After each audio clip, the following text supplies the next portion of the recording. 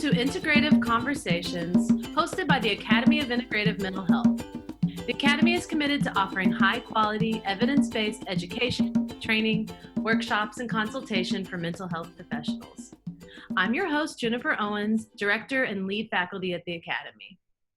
And I'm joined here today with Stephanie Batts, who is a licensed professional clinical counselor, a certified brain spotting practitioner, and also certified integrative mental health professional.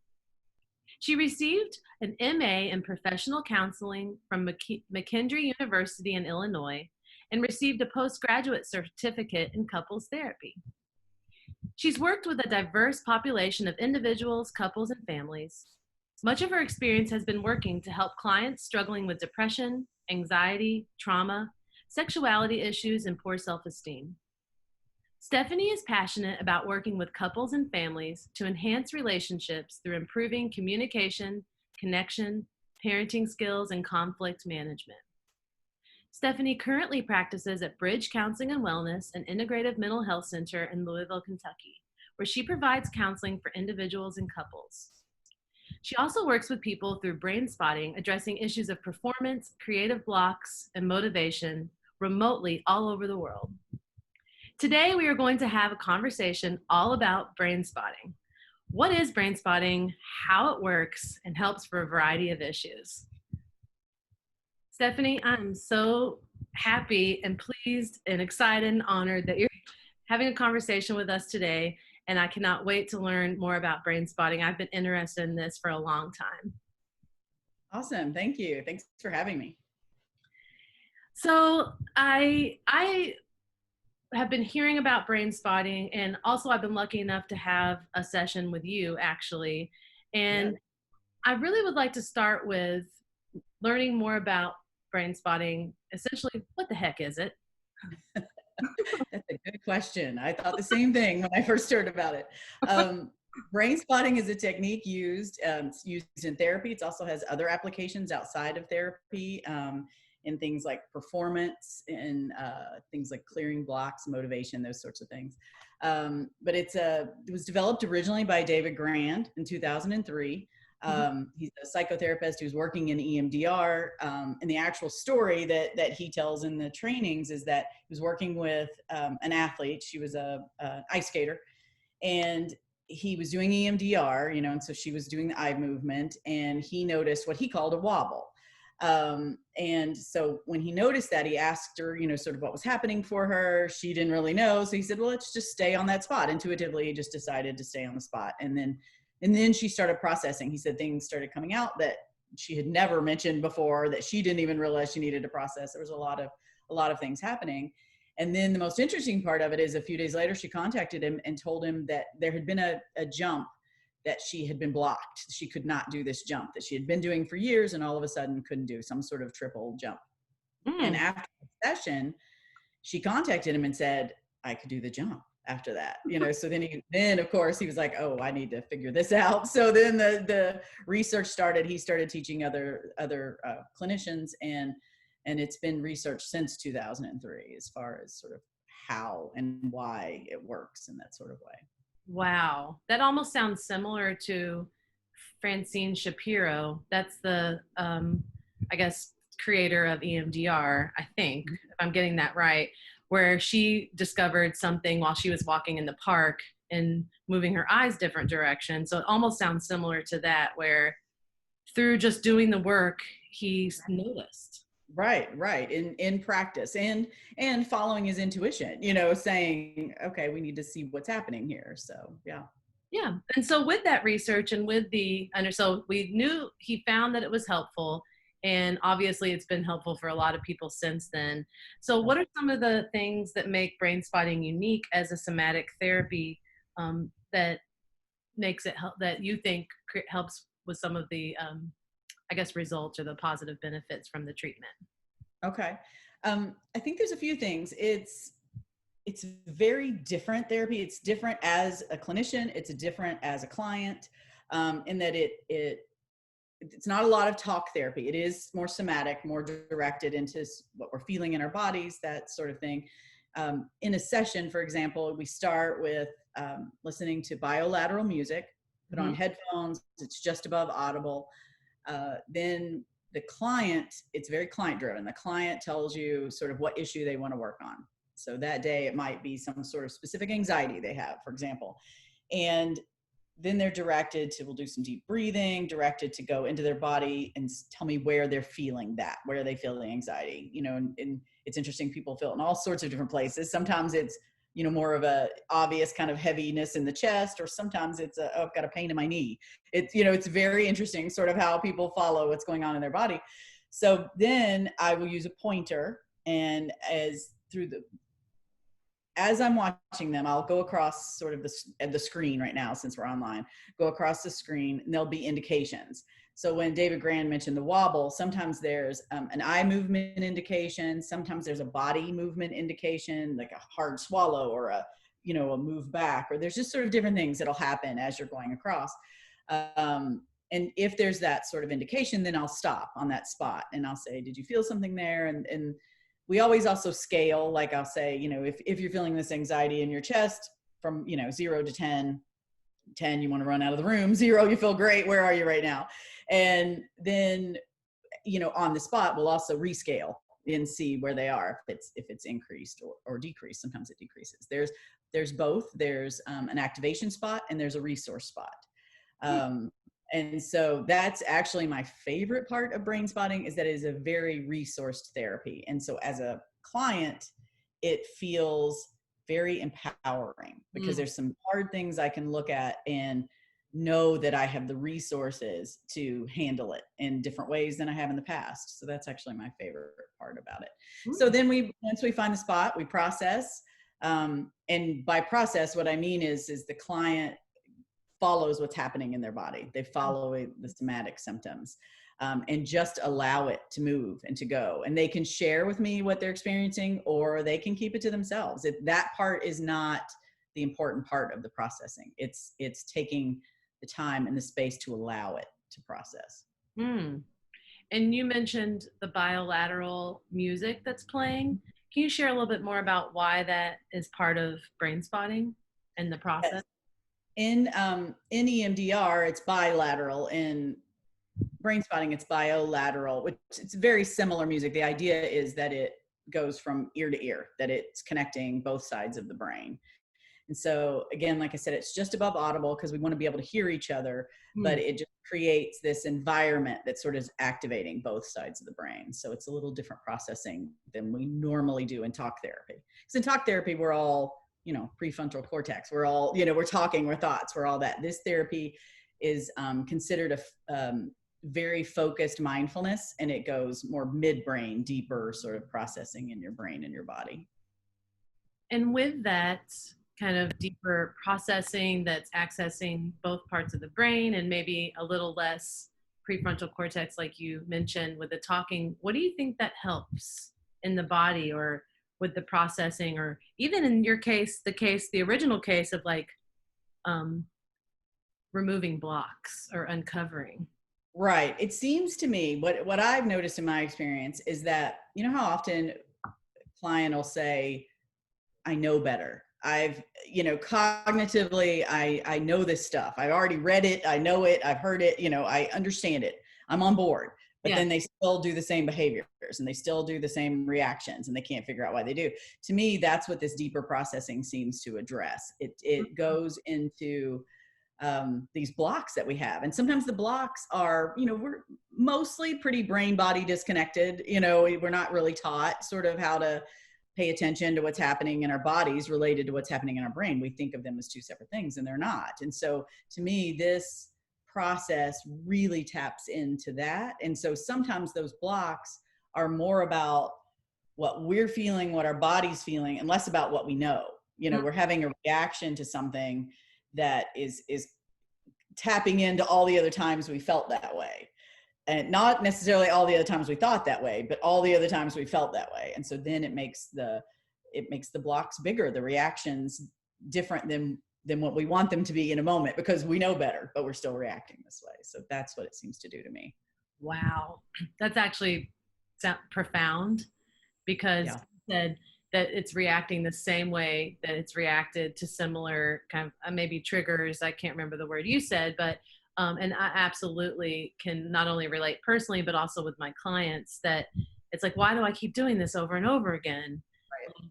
I've learned all these things. And so you're saying that it's because maybe knowing it and learning it isn't connecting with the body's reactions. Right. And Right. saying that, yeah, and through the session, I'm curious if, like, while we're talking about what a session looks like, I know that when I had mine that we did together, it was pretty uncomfortable, and I didn't even know why. I wasn't thinking any thoughts that were uncomfortable, but my body felt uncomfortable, and I'm curious, like, about that response happening in session, and then what do you do with that as a clinician? Right. And that's, it is interesting, and people respond in very different ways. And, I think because we're not taught that is a valuable thing to do, to pay attention to what's going on in our bodies, it does feel uncomfortable sometimes. And I think because it's tapping into that sort of deeper thing. So what'll happen often is a client will say, oh, I don't, and I usually just encourage them to stay with it. Honestly, it's really about, they need to stay in brain spotting. We call it a window of tolerance. Basically, you want them to stay inside their window of tolerance, but also because of the resource spot, like I said, and that's done through visualization. That's done through finding a spot in your body that feels like resource, that feels calm or feels neutral. That sort of piece of it allows you to stay inside your window of tolerance. So for example, if you get super uncomfortable, and we've done a visualization earlier of your favorite Zen spot, I can say, if you're too uncomfortable, close your eyes and go to the Zen spot. And then you can do that. And that's the part that feels really empowering, because then you can also come back to the brain spot and do it again after that, because you have this technique now, you have this way of calming yourself. And that's what you mentioned earlier with that your favorite part of the therapy is the resourcing, and how empowering it is to know that you can experience this discomfort that maybe we've been avoiding or distracting ourselves from. And in this process, it's a safe way to explore it. And you said that the client doesn't really even need to share what's happening. Can you tell more about that with brain spot? Yeah, that's a really fascinating piece of it, because it isn't about the sort of exchange of dialogue that normal talk therapy is. It really is about them making their own sort of connections. I hear that a lot, where someone will they may not want to share sort of what the thing that's coming up for them, but then all of a sudden they'll make some connection to this body feeling and something that happened when they were 6, or something that happened when they were 12, or several things. That's sort of what happened for me in my own experience of it. I knew I had done a lot of cognitive work. I was one of those people that was like, I know better. I had done a lot of mindfulness work, but I could tell I just had this disconnect, this brain body disconnect. There was something more that I needed. So when I was searching out my own therapy, I was looking for some somatic therapies to do. And my therapist in the first session, when I said I wanted to do, she's like, you want to try brain spotting? And I'm like, sure. I had no idea what it was, but I was like, I'm up, let's do it. I'm open for it. Let's do it. And I was pretty much hooked that very first time, because it was so profoundly different than anything else I had experienced. And what happened to me was I had connected. There was a trauma that I, was cognitive of, processed a gazillion times, but there was a couple of other little pieces that I had not connected to that. Like I had not recognized how that trauma was affecting these other sort of spaces in my life. And it was this clarity that sort of came. And then from then, more and more processing after that, felt like, to me, a deeper level. It felt like I had cognitively thought about all these things, but there was this deeper sort of body feeling connection that I hadn't processed. And may I ask what it felt like that you knew was different? Like, how did you know it was deeper in your own experience? She was directing me to sort of feel it in my body. And the interesting thing, for me, my experience was, it felt really like legs were really heavy. It felt sort of like a sinking kind of feeling. And I think just connecting to that, to what my body was feeling as I was recalling, you know what I mean? And that's the interesting thing, is you don't continue to recall the trauma as you're processing. You recall it at the beginning, then you go into your body. So me sort of really feeling what was happening in my body at the time. It felt like a lot of release. Like I could literally felt some sort of electrical charges and things like that were happening. And the reason it felt so different, I think, was that it felt emotional. It felt almost sort of primal in this very kind of deep way.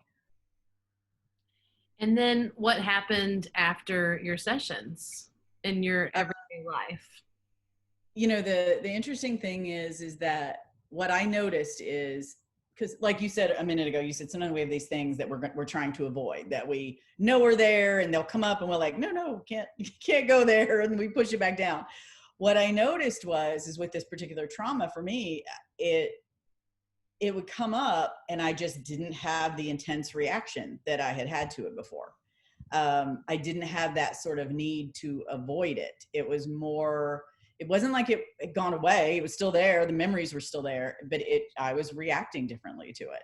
And so for me as a clinician, because, you know, I mean, as clinicians, we have people that come in with, you know, horrific stories often. And when it connects to something that's happened to you, it's a really hard thing to not be triggered by this story that you're hearing. So what I noticed afterwards is that in session, I didn't react. I didn't have that sort of internal reaction, that trigger that I was having before my brain spotting sessions. It's like it makes a little distance between you and the trauma, or a little disconnect, you know, in a way that doesn't create that sort of body reaction.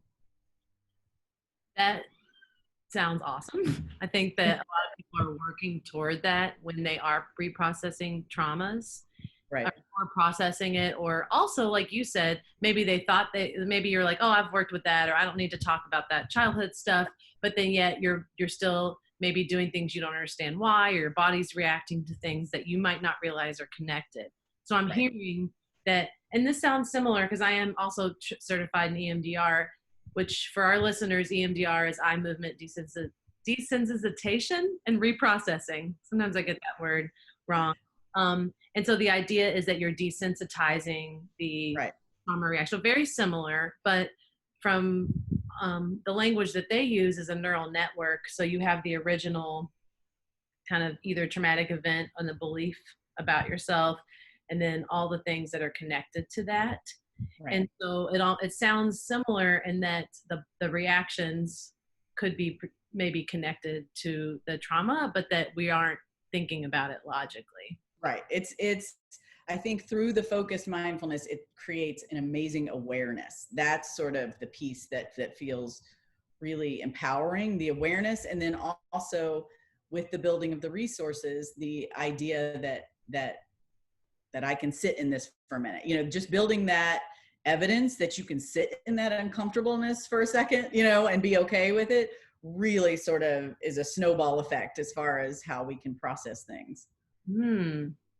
Yeah, I'm curious now what you notice with your clients doing this modality with them. What I notice, and I've had some interesting feedback. Some people will process after the session, like for hours after the session, they'll still feel the body movements or things that are happening. They'll still feel it. And so usually I let them know that might happen and to encourage them. Sometimes after, like early in the session, sometimes people will say, oh my gosh, I'm so tired afterwards. I needed to take a nap, or, you know, that sort of thing, because it feels like work, you know, in your body, but in a good way, you know, that sort of work that feels like you've done something.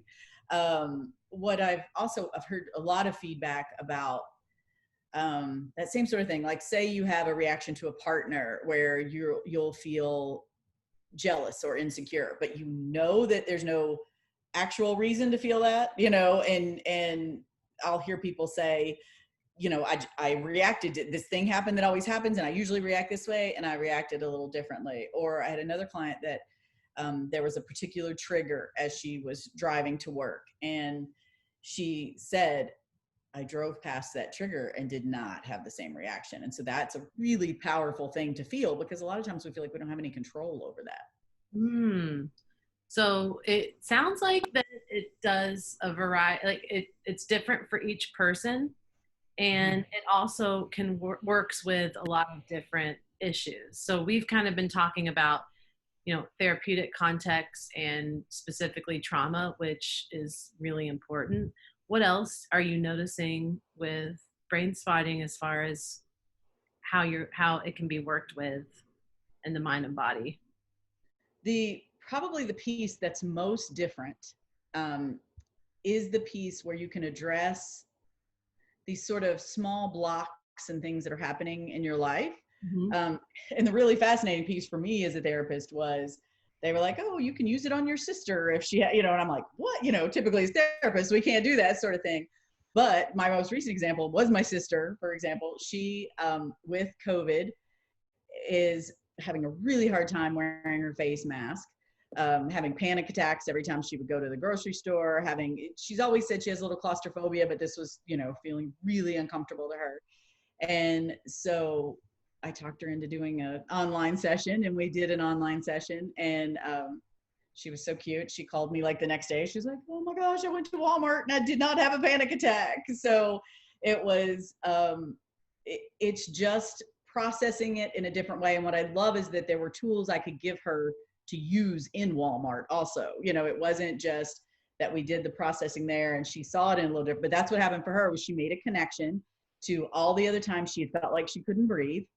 And so she was recognizing that this clearly isn't about she could breathe with the face mask in Walmart. It wasn't about that. It was about all of these other times feeling that she couldn't breathe and how that felt so out of control to her, and that she realized that this feeling was tapping into all of those old experiences.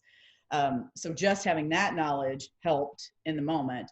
But also we talked about, in brain spotting, we can find resource spots in our daily life. So if there's a moment where you're feeling high anxiety, you can scan your field of vision, like look to the left, look to the right, look to the center, look up, look down. And if you're cluing into how you feel in your body, you will notice an eye position that feels a little calmer, that you can breathe a little easier. And if you stay in process on that eye position, then often the calming continues and increases. Wow. And I love that example that you gave because it wasn't someone seeking out like, years of therapy. It was kind of like, wow, I'm noticing this coming up. I can't breathe. The mask has been hard. And then through that session, she was able to maybe tolerate it a little more and then come away with a resource that if it did come up a little bit or even just preventative that your sister could use for grounding. And right. You were able to provide that because like you said, most therapists, we can't work with family members because of the dynamics. So right. It really sounds like as a clinician, you're in a much different position because you didn't even need to know anything. No, I didn't need any information about what she was doing, but I could still help her process it and go through it. And so, yeah, it's really useful in those sort of practical ways, in fears that we have for example, we've got some performance coming up or a test. It's, there's these anxieties that we hold that this processing them through eye position just makes a difference when the thing comes up again, when we have to do the performance, when we have to take the test, it changes it. And then the resource spotting is used for performance enhancement. Like you can clear blocks, but then there's actually this other level of it where we can use the resource spotting to, it's part visualization, part visualization, part mindfulness, part awareness. It's an interesting sort of balance of how it works. It's fascinating to watch. Yeah. I want to get more into that aspect of it. I find that really interesting. But before we do, I know that there's some people really are either skeptical or they need information like, well, how exactly does it work and what's happening? And I'm sure you have clients that are wanting a lot of that information. So what would you share to someone like, well, can you tell me why having a spot helps with this? Or what's the mechanism in brain spotting that would be different than maybe other modalities? I think the biggest thing is, the creation of the dual attunement is the terminology that we use in brain spotting. So the idea is that as clinician, I am completely there. They call it following the tail of the comet. I am completely there, completely engaged, completely following where the client is going. But with not a lot of interruption or interaction, you know, as a clinician, that's been very different for me, as far as me having to sit with it and allowing it to go, you know, because sometimes people will have reactions, and I want to know what's happening, or I want, you know, but that's the um one of the phrases they use is wait, why am I talking? So that's like something to say to yourself, like, why am I talking right now? Is this about me or is this about them? So it's that part, I think, is incredibly different from what we're taught, you know, as we're in grad school. And it's really powerful because just, you know, there's some, you know, the attunement, there's some chemical things, you know, there's some energy exchange there when you're completely attuned with someone. And so the attunement is part of it, the allowing them, the trusting their brain and their body that it can do what it needs, that it can process this thing, that's huge. And I think the acknowledgement that our brains can't figure out every problem. You know, we will sit and ruminate and ruminate and ruminate. Doesn't help us figure it out a lot of times. So most of the time. So I think all of that sort of basic philosophy of what's happening makes it very different. And then just the practice of it, it's a very different experience, in a good way. You know, it's like I said, you had mentioned that you felt a little uncomfortable at first, and I think that's just because it's so different.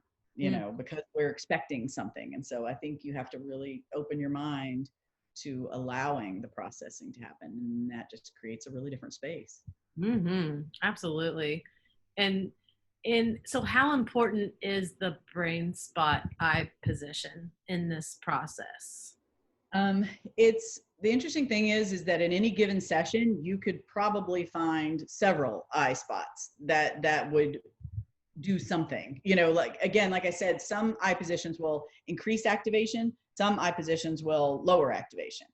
So, you know, there's always options for choosing. We have also all these other techniques where, for example, if somebody gets activated really intensely, you can go to a one eye. We have these goggles that have like one eye covered.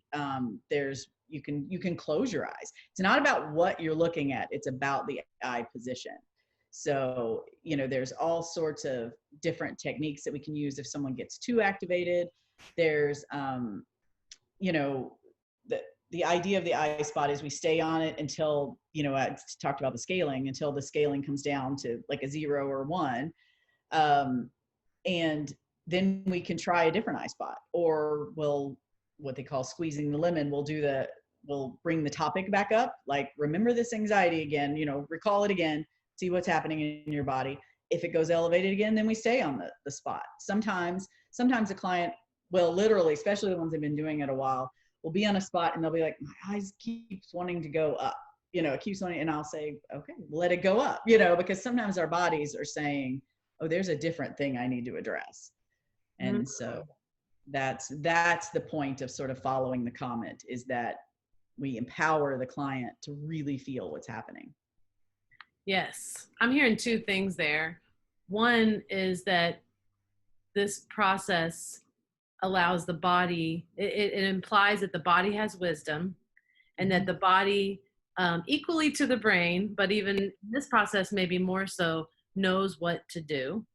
Right. And if we feel safe in the window of tolerance and allow it with the direct, you said dual attunement, so in a safe space where we know that this person is like with us, maybe even experiencing it with us, who knows, and then the body can do what it needs to do, essentially.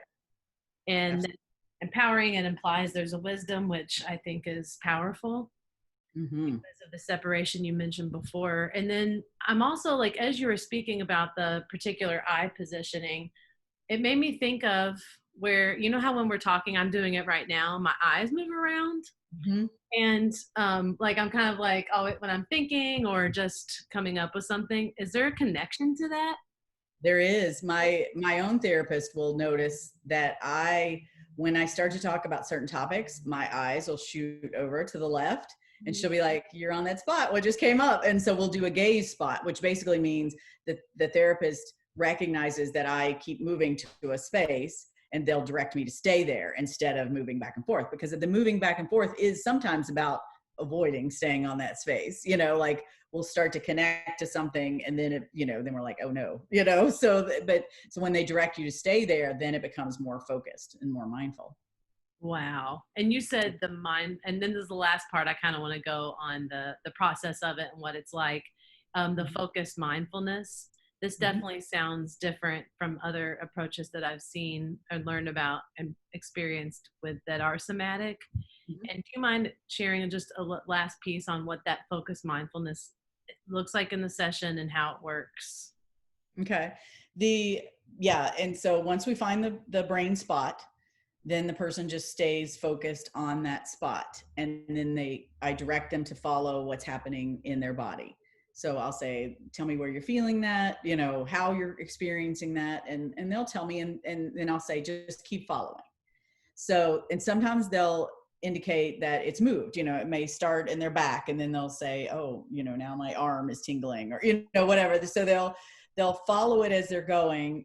Sometimes thoughts will come in, sometimes other memories, there's all sorts of, you can't really predict what's going to happen, but the point of it is just to allow it to happen. And often, clients will be like, this thing's happening, why is this happening? And it's like, we don't really need to know why it's happening. You just need to follow it. You just need to allow it to happen. And so, and I'll check in, during the experience and say, can you tell me what activation level you're at? That sort of thing, just to gauge sort of where they're going. And it sometimes will go up and sometimes it'll go down. There's no sort of right way to do it. If it goes all the way down to 0 and they're like, oh, and then we bring the issue back up and they're not activated at all, then we'll maybe next session, we'll bring it up again, see if they activate. Sometimes they'll activate, but really low. It's a really interesting process. And then sometimes they'll come in and be like, oh, I don't activate it at all. And then of course they're super excited about that. Wow. So part of the focused mindfulness is there's a little bit of a check-in on the clinician's part. And then also the idea though is to stay with it. Do you use principles like non-judgment? Like you said, some people want to know why or what's happening, and that you can kind of guide back to just the experience rather than using that prefrontal cortex part? Absolutely, which is usually what I'll say is I'll say, we don't need to figure it out, just follow it, and I think our brains go to that, right? I mean, that's part of the issue, is that when we have a reaction, we'll have this body reaction and our brains go to figure it out. We want to know the reason, we want to know the narrative. And so the redirecting them back to just follow what's happening in your body is a really important piece of it, because our brains do sort of get in that loop, of trying to figure out what's going on. So, but if they can stay with following the body process, and sometimes they can and sometimes they can't, and it, there's no right or wrong way to do it. If they can't, then we'll just redirect and try again, so, or if they feel like they need to talk about what they're thinking, then we also talk about it. That's sort of the beauty of it, is that it is so client directed, that I just, as a clinician, have to really be attuned and be open and be responsive to what they need in the moment. Which is where some of your work comes in. So what work do you do to stay attuned and present in these sessions, which you're kind of doing different work than our normal talk therapy sessions? How do you prepare? What do you do for that, for yourself? I practice my own sort of breathing techniques during the session. I also have some mantras to sort of keep myself attuned, you know what I mean? And really, which sometimes sounds, but I'll remind myself that I'm here with them, like I'm here with you, just keep going, and that's sort of how I keep myself present in it. It's, because there's not a lot of talking, I was kind of intimidated by it at first, because I'm a talker. That's what we do as therapists. We talk, we listen, it's an exchange. And this is still an exchange. But it's an energy exchange versus a communication. It's a communication different way. It's still communication, but it's versus verbal it's more energy exchange And and accept. Yeah. and what? I'm sorry.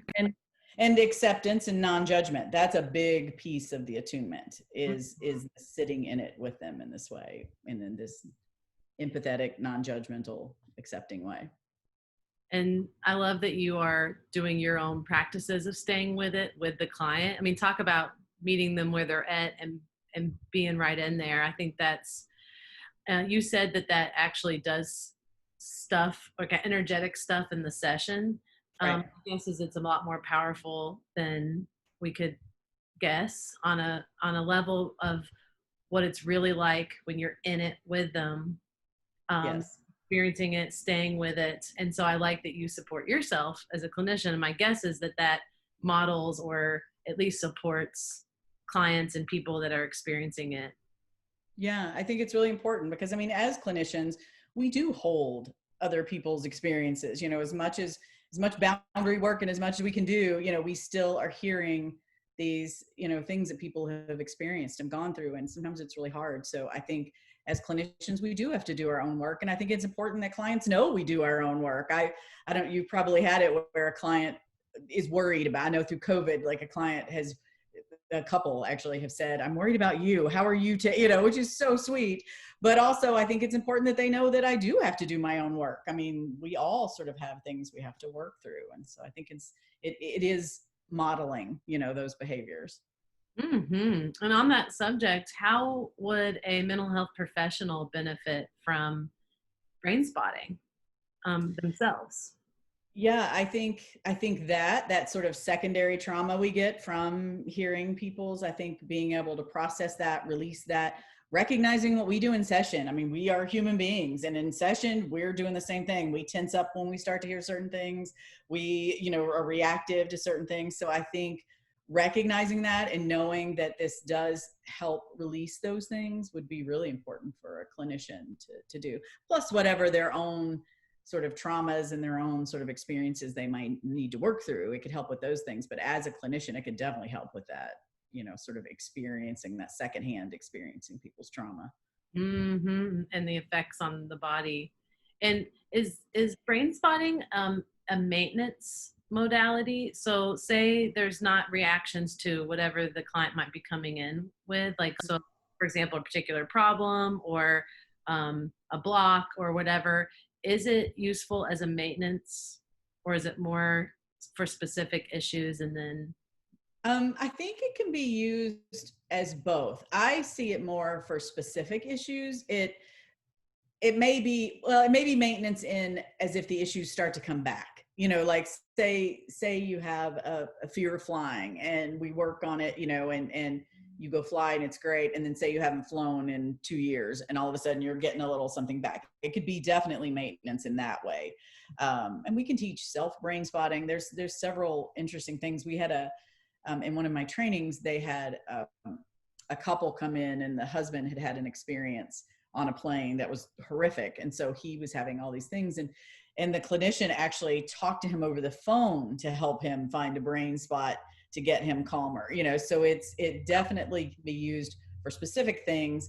And then I think if the things creep back up, or if new things, if you have some new, you've got to get a presentation and you're terrified about, you can come in for a brain spotting session and it'll help get you some clarity and some calming around a specific thing coming up, or job interview. And as far as number of sessions, does it vary? Is there an average? It does vary. I've seen for small things like the story I told about my sister, and I had another person that had this specific anxiety around going to the gym to work out. Those sessions just took one and sometimes two. Others, obviously, if it's bigger trauma, I have some clients that have been doing it for longer periods of time. So it really kind of depends. It seems to be very varied. It does seem, what I have had clients say to me before or recently is that it feels like it moves faster, deeper to them, especially if it's issues they've been dealing with for a long time. they'll say that it just sort of cuts to the core, you know, and it, because it's bypassing all of the stuff that our brain's trying to figure out, that our, you know, frontal cortex is trying to create this narrative, or even block us from getting to the deeper, you know what I mean? It just cuts right past it. And so I've had clients mention, that's sort of the comment I get most often, is it seems to cut to it quicker. Oh, Yeah. I'm like getting really inspired as you're talking about this work and what it's, how empowering it is for our clients. And I'm curious, if someone isn't necessarily interested or can't get certified right now, are there any elements that you recommend bringing into session that are brain spotting elements that therapists that haven't been trained could bring in? It could just be something they're doing themselves, or maybe even a technique. Like, is there any suggestions you have for that? Absolutely. I think one of the things I've used a lot with clients, even clients that aren't, you know, using brain spotting, is something called Vergence. It's to help with anxiety and panic. I can show you how to do it if you want to. Yeah. Okay. Okay. So and you can do it anywhere, which is the beauty of it. But say, for example, I'm, you know, sitting on an airplane, or, you know, somewhere where I have high anxiety, and I want to try to lower it. The idea is that you want to take a pen or your finger, something about 6 to 10 inches away from your face, right at your eye line. And you want to focus at the point of your finger.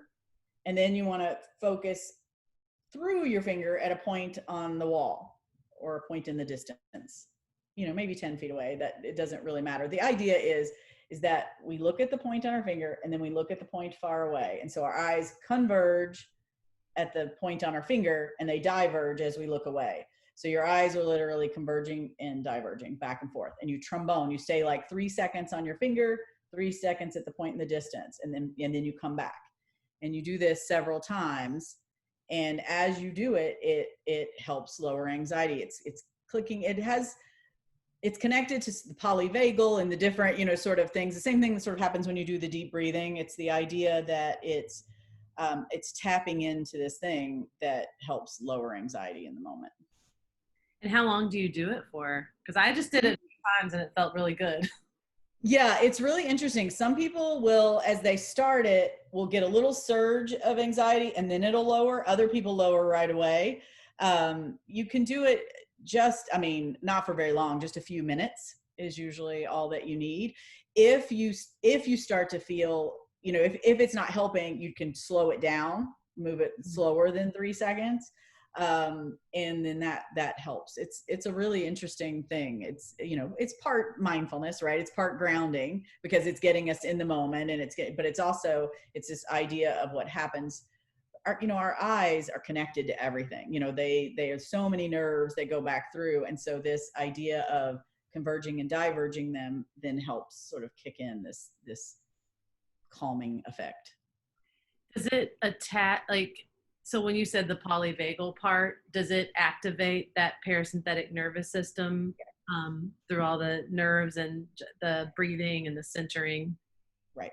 Yes, that's exactly what happens. And when you've taught some of your clients that aren't even necessarily getting brain spotting, what do you hear? What do you notice with them? Most of them have said it really helps. It seems to be helpful, you know, in that state where you like know this panic attack is coming, that state that like the anxiety is rising, and you know you're headed. I've had a couple of clients use it in that state and not go into panic attack. So that's been a really useful tool for them. And the fact that you can pretty much do it anywhere is really helpful.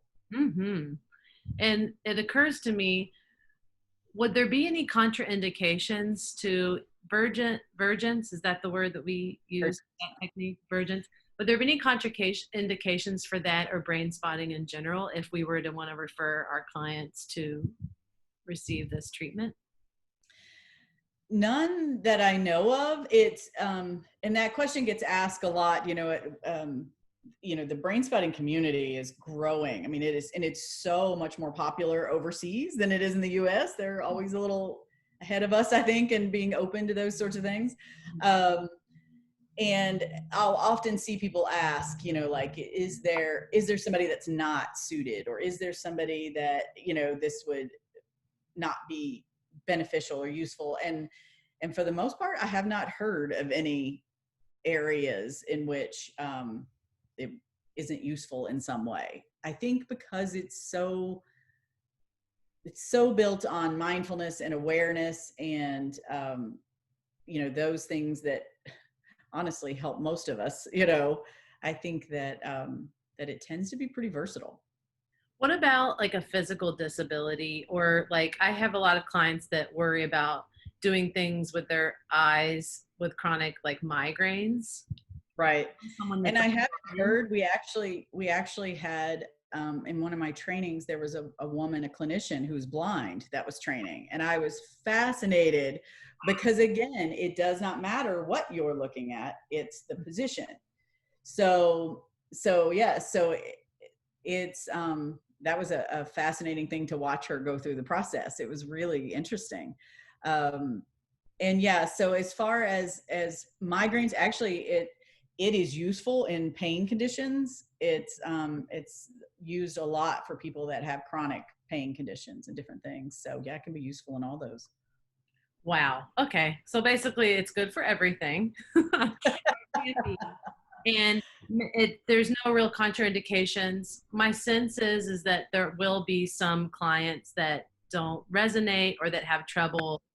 I've noticed with a lot of somatic therapies, at least that I work with, that there's just some clients that I don't want to say it doesn't work for, but that aren't ready to go there or that don't find it helpful in that moment. But it's more where they're at.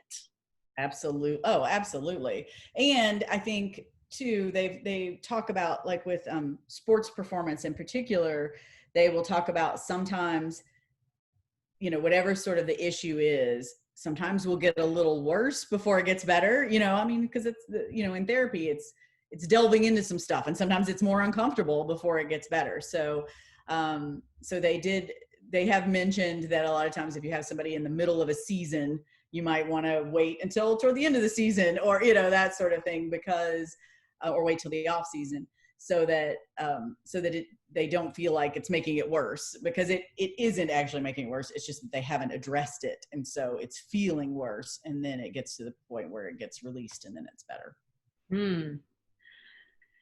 That makes sense, especially with being a former athlete and like in the performance, there is a lot that kind of goes. Sometimes it's just straight superstition, and like right.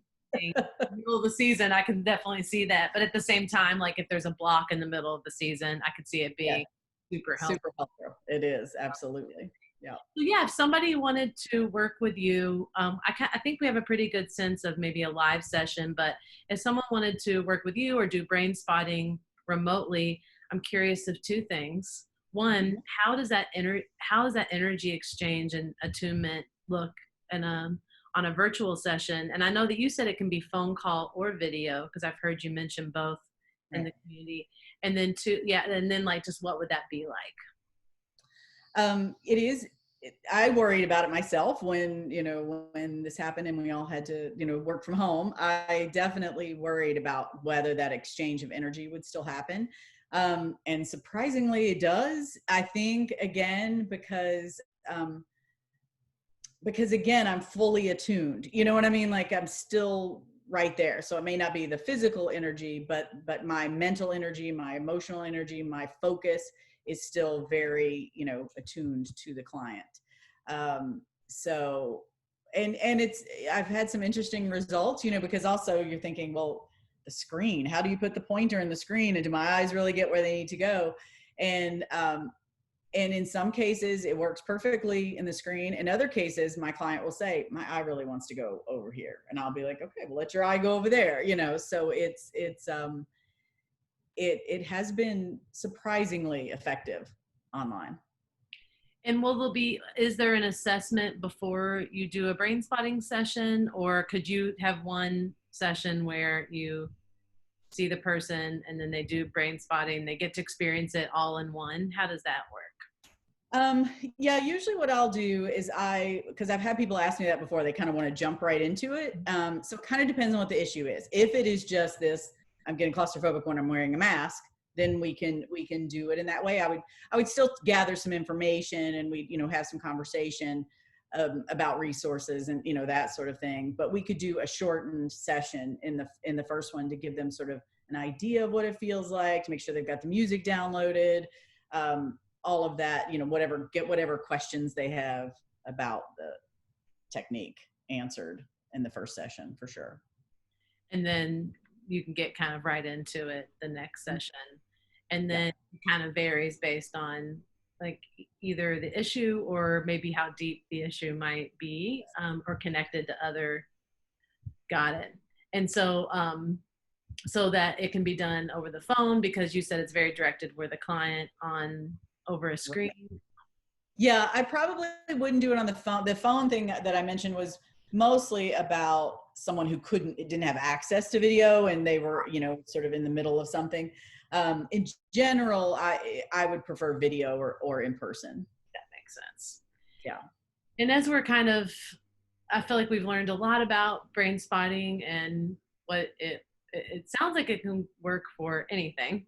So performance, maybe someone that's having memory issues or chronic pain or anxiety or anger stuff, or I'm hearing even maybe communication issues or blocks with people, boundary setting. I mean, it sounds like the list could just go. Yeah, it's really interesting from the initial sort of David Grand using the brain spotting with trauma. It has grown, and there's a brain spotting and addictions group, and there's brain spotting for performance group, and there's all these different sort of specific things that it's branched out, and people have developed techniques to use them for all these, even for couples. There's brain spotting for couples. I saw one the other day for groups, which I'm gonna have to look into because I didn't know that could be done. So that was pretty exciting. So yeah, there's all these people are excited about it. And so clinicians are developing ways of using it in their own therapy. That's the thing about brain spotting. It is also open to that. It's very, they're open to you trying new things and to following again what the client is doing. So it does lead you down paths that you maybe not have intended to go, but it leads you that way. Wow.